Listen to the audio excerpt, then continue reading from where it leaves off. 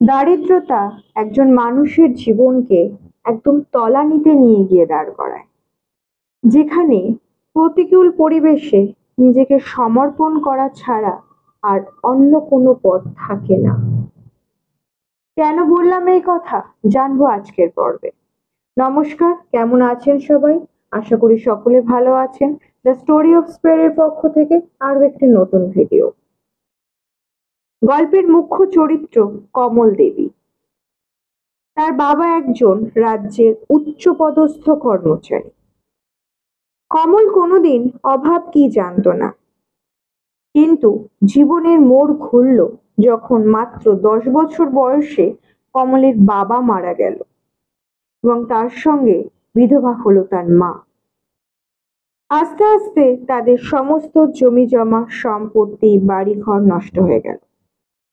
ফলে কমল ও তার মায়ের অবস্থা খুবই সংকটজনক হয়ে পড়ে এবং তারা একটি ছোট কুটিরে এসে থাকতে শুরু করে। কমলের মা সারাদিন ভিক্ষা করে যা পায় সেটা মা ও মেয়ে ভাগ করে খায়। অন্যদিকে কমলের একমাত্র খেলার সঙ্গী অমর সিংহ। তার বাবা পেশায় একজন সেনাপতি। একমাত্র খেলার সঙ্গী অমর সিংহের সাথে সারাদিন গ্রাম ঘুরে খেলা করে দিন কাটছিল কমলের বেশ ভালোই। কিন্তু দিন যে কারোর সমান যায় না। এমনি একদিন অজিত সিংহ অর্থাৎ অমল সিংহের বাবা ডাক এলো যুদ্ধে যেতে হবে। তাই তিনি যুদ্ধ শেখানোর জন্য ছেলেকেও সঙ্গে নিলেন। একদিকে অমর গ্রাম ছাড়ল, আর অন্যদিকে কিছুদিনের মধ্যেই কমল দস্যুদের কবলে পড়ল। দস্যুরা 500 টাকা পেলেই কমলকে ছাড়বে। দরিদ্র বিধবা কমলের মা কোনোভাবেই টাকাটা জোগাড় করতে না পেরে মোহিতলালের কাছে যায়। এ প্রসঙ্গে বলে রাখি, মোহিতলালের অনেক দিনের ইচ্ছে ছিল কমলকে বিয়ে করার, কিন্তু তার বাবা জীবিত থাকায় তিনি রাজি ছিলেন না, কারণ মোহিতের চরিত্র খুব একটা ভালো নয়।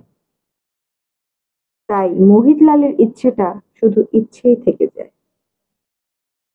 এই সুযোগে মোহিতলাল শর্ত রাখে, কমলের সাথে তার বিয়ে দিলেই তিনি তাকে 500 টাকা ধার দেবেন। হতদরিদ্র বিধবা মা জানেন যে মেয়েকে এর হাতে তুলে দিলে মেয়ে কোনোদিন সুখী হবে না। তা সত্ত্বেও দস্যুদের হাত থেকে মেয়েকে বাঁচানোর জন্য তিনি রাজি হয়ে যান। এরপর কমলের সাথে মোহিতলালের বিবাহ হয়। বিবাহের কিছুদিন পরে কমলকে তার মায়ের কাছে রেখে মোহিতলাল বিদেশ চলে যায়। অন্যদিকে কমল তার সেই একমাত্র সঙ্গী অমরের সাথে কাটানো দিনগুলোর কথা ভাবতে থাকে আর ঈশ্বরের কাছে প্রার্থনা করে যেন মৃত্যুর আগে একবার অমরকে দেখতে পায়। দিন যায় আর কমল যেন কেমন নিস্তেজ হয়ে পড়ে। অবশেষে তার জীবনের অন্তিম দিন উপস্থিত হয়, আর এমন দিনেই অমর সিংহ আসে তাদের কুঠিরে।